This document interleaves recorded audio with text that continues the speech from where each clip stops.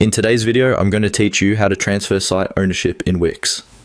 Transferring a site to a new owner is a really useful feature, especially if you've finished building a website for a client, you're handing a project over to a teammate, or you're simply moving a site from your personal account to another account you manage. In this walkthrough, I'll guide you through the process clearly and carefully so you know exactly what to expect. First, make sure you're signed into your Wix account and you're on the main dashboard.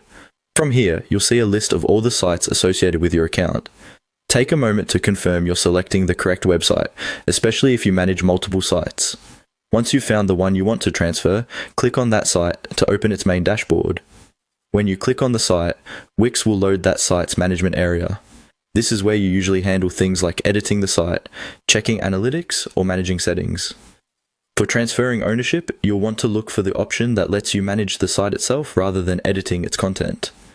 Within the site dashboard, locate the option labeled Transfer Site.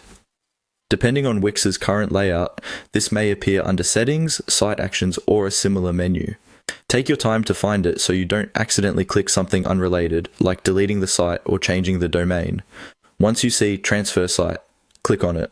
At this point, Wix will guide you through a short process to complete the transfer.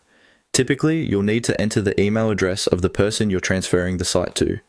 Before you do that, double check that you have the correct email and that the new owner either has a Wix account or is prepared to create one using that email address. This helps avoid delays or confusion. After you start the transfer, Wix may ask you to confirm that you understand you're handing over site ownership. This often includes control over billing, premium plans, and site settings.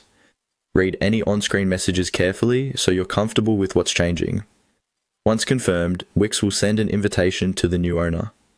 The transfer is not fully complete until they accept that invitation. It's a good idea to let them know to check their inbox and follow the instructions in that email. After they accept, the site will appear under their Wix account as the new owner, and your access will adjust according to the options